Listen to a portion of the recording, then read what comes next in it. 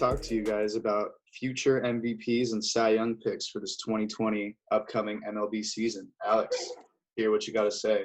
Not the dog, you, Alex. Thank you. Yeah, I don't know what the dog's doing back there. Sorry about that. Hot takes. So I'm going to go over MVP, Cy Young, Rookie of the Year for both NL and AL. And then at the end, I want to talk about some crazy stats we could see in this 60-game abbreviated season. But we'll start with the National League, and, it kind of works out great. So for the MVP, I have Christian Yelich, which is part of the reason why in the segment with Tyler hosting that I had the Brewers making the wild card. And for the NL Cy Young, I have Jack Flaherty from the St. Louis Cardinals, which is why I have the Cardinals winning the division. And then for the Rookie of the Year, kind of a little bit out there because I'm not even 100% sure he's going to start the season with his team, but I have Mackenzie Gore winning Rookie of the Year with the Padres. He's nasty. I think that with Mackenzie Gore, the Padres could take a big step up. I almost picked them as my wild card, but I just couldn't give it to him quite yet. So NL MVP of Christian Yelich. He probably would have won last year if he didn't get hurt. Bellinger really faded towards the end. Jack Flaherty finished last season on an absolute tear. He is a monster. And then Mackenzie Gore. Ty, I know you had some picks. What are your NL choices? Yeah, I got different ones for all of them, so this will be good. Yeah, so MVP, I got Ronald Acuna Jr. I just think this guy is one of the best talents in baseball. I think he's been trending upwards the last 2 seasons since he started in 2018. I'm looking at him to be that MVP and to help lead that Braves to that division title. For Cy Young, I got my boy Walker Buehler, my doppelganger. Like I said, I think he's also a guy that's been trending upwards the last couple of years since he's broken into the league. But the Cy Young race for the National League is really close. There's like 4 or 5 guys that could easily win it. There's a lot of good pitching.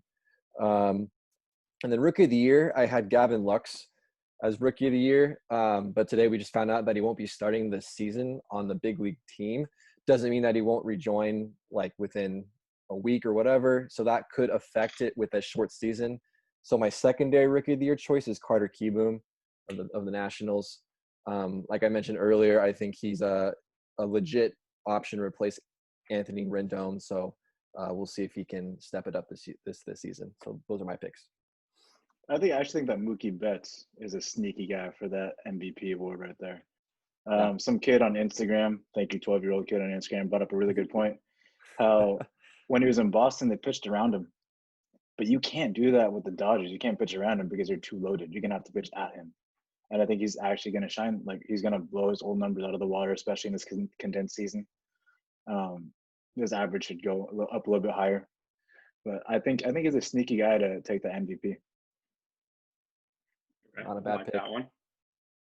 All right, moving over to the American League, starting with the MVP. You have to go with the best player in baseball, and that's Mike Trout. He probably should have 5 MVPs already at this point. He's probably the best player to ever play the game. He's definitely the best player I've ever seen play in person. I think the Angels have a retooled lineup. With Rendon protecting him, Trout should just go off this year. So I have Mike Trout winning the MVP. For the Cy Young, I kind of went a little out there. So I'm going Mike Clevinger of the Cleveland Indians. That's again based off of my pick from last week with the Indians winning the AL. My pick to win the AL Central. Clevinger was hurt, but now with the season getting pushed back, he should be good to go. I think Clevinger could end up being a top 10 starting pitcher fantasy-wise, so I think he's going to sneak in with that AL Cy Young. I was really trying to steal him from James in fantasy baseball, but he wouldn't do it. And then for Rookie of the Year, I have Luis Robert of the Chicago White Sox. They've pretty much said he is the next Mike Trout. He just hit a bomb in one of those inter-squad games. He's the number 1 prospect that's not named Wander Franco. I think Luis Robert, and he's already going to be on the big league team. He's already been signed to a big league contract, and he's never played a game in the show. So Luis Robert for my AL picks. Boys. Yeah, like those hands picks. Down. Hands down, Mike Trout. For the Cy Young, go ahead. for the Cy Young, you didn't pick Garrett Cole. I think Garrett Cole, dude, he might, in my opinion, he might be the best pitcher in baseball right now. Like there's a reason why he got paid all that money to go play for the Yankees. Like I think last year. Who won last year? He didn't cheat enough. Verlander won last year. Oh, He cheated more. That's why. Yeah. How did he cheat? Yeah. Thank you. Eric. Astro. Yeah, I agree with your Cy Young pick, James. I think Garrett Cole. He's kind of the obvious choice to win it, but I think there's a reason for that. I just think he's the best pitcher in baseball, so I just kind of have to pick Garrett Cole in that one. But Clevenger, I like that pick, Alex. That's a good one. I agree with your rookie of the year. Like you said, he had over like 900 feet worth of home runs in that inter squad game the other day. This guy's legit. I'm really excited to watch him play this season. But for MVP, I'm gonna go a little different. Mike Trout is the obvious choice for that one, but I picked the Oakland Athletics to win the division, and so I'm going to pick Matt Chapman as the MVP for the American League. Well, it's a dark horse right there. I think if there's a guy, that's going to lead that team, it's going to be Matt Chapman, and because of that, to overthrow the Astros, he's going to have a great season and he's going to take home the MVP award. I like that pick. Thank you. What are you saying, Trade?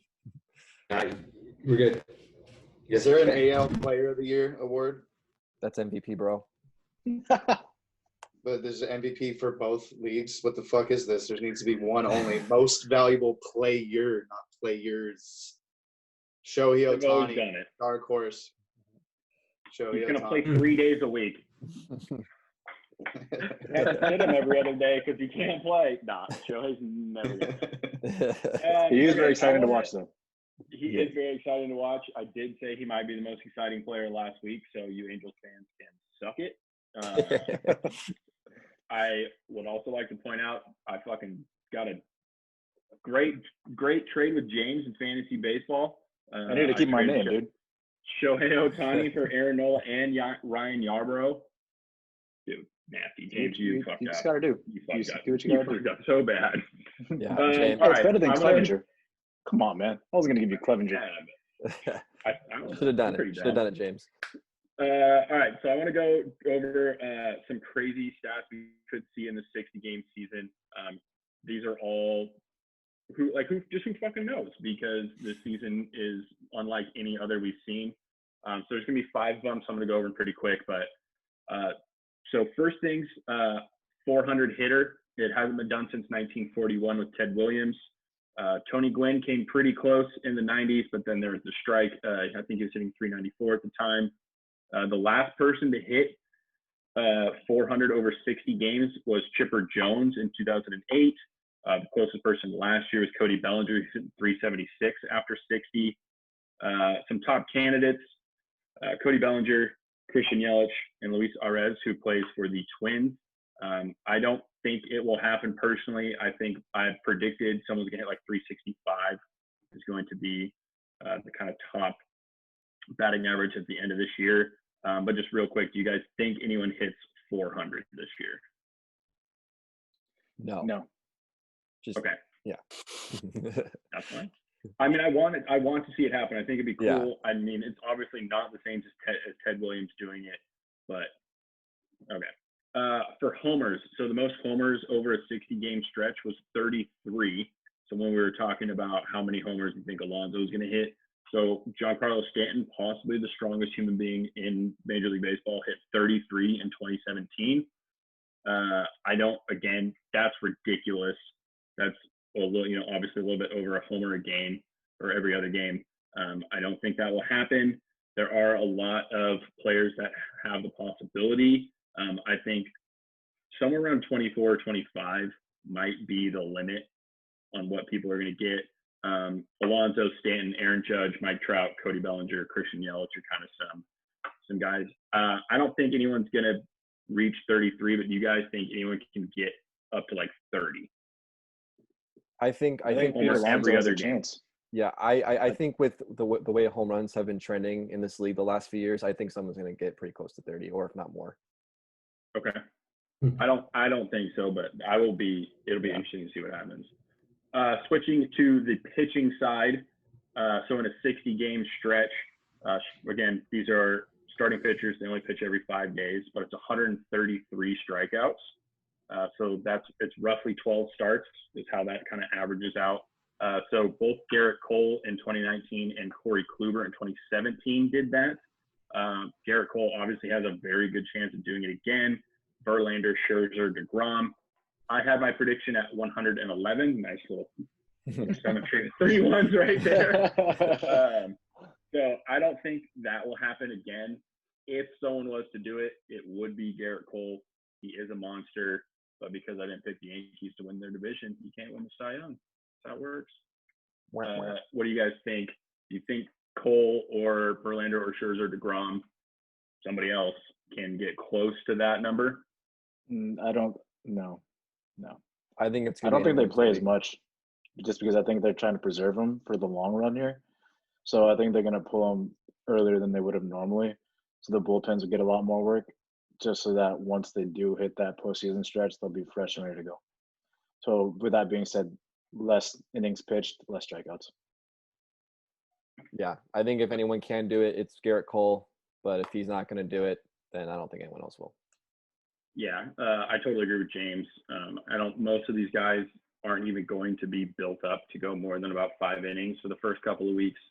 I just don't think the innings are going to be there for someone to hit 133. Okay, second to last one, lowest ERA. Jake Arrieta in 2015 over a 60-game stretch had a .41 ERA. He did win the Cy Young that year. He definitely kind of stole it away from Zach Greinke, but .41 for Jake Arrieta. Some candidates for that: Garrett Cole again, Shane Bieber, Clevenger, DeGrom. I think if DeGrom's healthy, he did just get pulled the other day for like back tightness or something, which can be way more hurt you more than you kind of think. Like Kershaw had back tightness for years, it feels like. If DeGrom is healthy, I think he's the one guy that could do it. But do you see anyone even getting an ERA under 1? No. Other than like not starters only, not relievers. Right. I honestly, I think it's possible that we could see like a .9 or a .8 from someone. There's a lot of great pitchers out there, and with the shortened season, and like I said, less innings, less chances to give up runs. True. So I think you could easily see a guy. I don't think it's going to be like a .4 like Arrieta had, but maybe like a .9, .88, somewhere around there. Okay. When did that happen? What year was that? 2015. 2015. So the juice ball has been introduced as of late, and as you see, everybody's going crazy with these home runs. There's no way that gets under 1. There's absolutely no way. Less innings, whatever, dude. Like, you're gonna slip up one time, and that thing's gonna be gone. There's no way. Very true. Yeah. I'm thinking like 1.5 is maybe where someone will end up. Hyunjin Ryu had like a 1.4 halfway through the season last year. I don't think he will do it again because he moved to the AL East, but I think like 1.5. And then my very last one is the best team record over a 60-game stretch, and that is my boys Los Angeles Dodgers. They went 51-9 over a 60-game stretch in 2017. That is bonkers. There's no way anyone does that this year. I actually have the best record. I think the Dodgers end up with the best record at 43-17. So that is as close as they can get, and that's still 8 games difference. But what do you guys think? I'm assuming you're going to agree with me that no one's going to get that close to that. Oh, no. Yeah. I mean, I projected the Dodgers to go 37 wins, so 43 might be a stretch, but it's definitely plausible to swing a couple of those games. There's a chance. And if anybody's going to do it, it's going to be the Dodgers. They're just stacked all the way around. Yeah, I think the Dodgers too. You also look at the division that they're playing. That team compared to the rest of the division is probably the biggest mismatch there is. So I think if there's a team that can get in those mid-low 40s, I think that the Dodgers will do it. I agree. The Yankees obviously have a chance. They're very stacked. I think they're going to get there more like the 37, 38 kind of range. But that's it for me. I hope, we see some crazy stat in this 60-game season. Obviously we didn't really think that we will. But you never know. That's the beauty of baseball. You might, not that you can go to a ballpark, but you never know. Something crazy might happen. I think D. Gordon's going to hit like 37 home runs. Sounds like him. Yeah.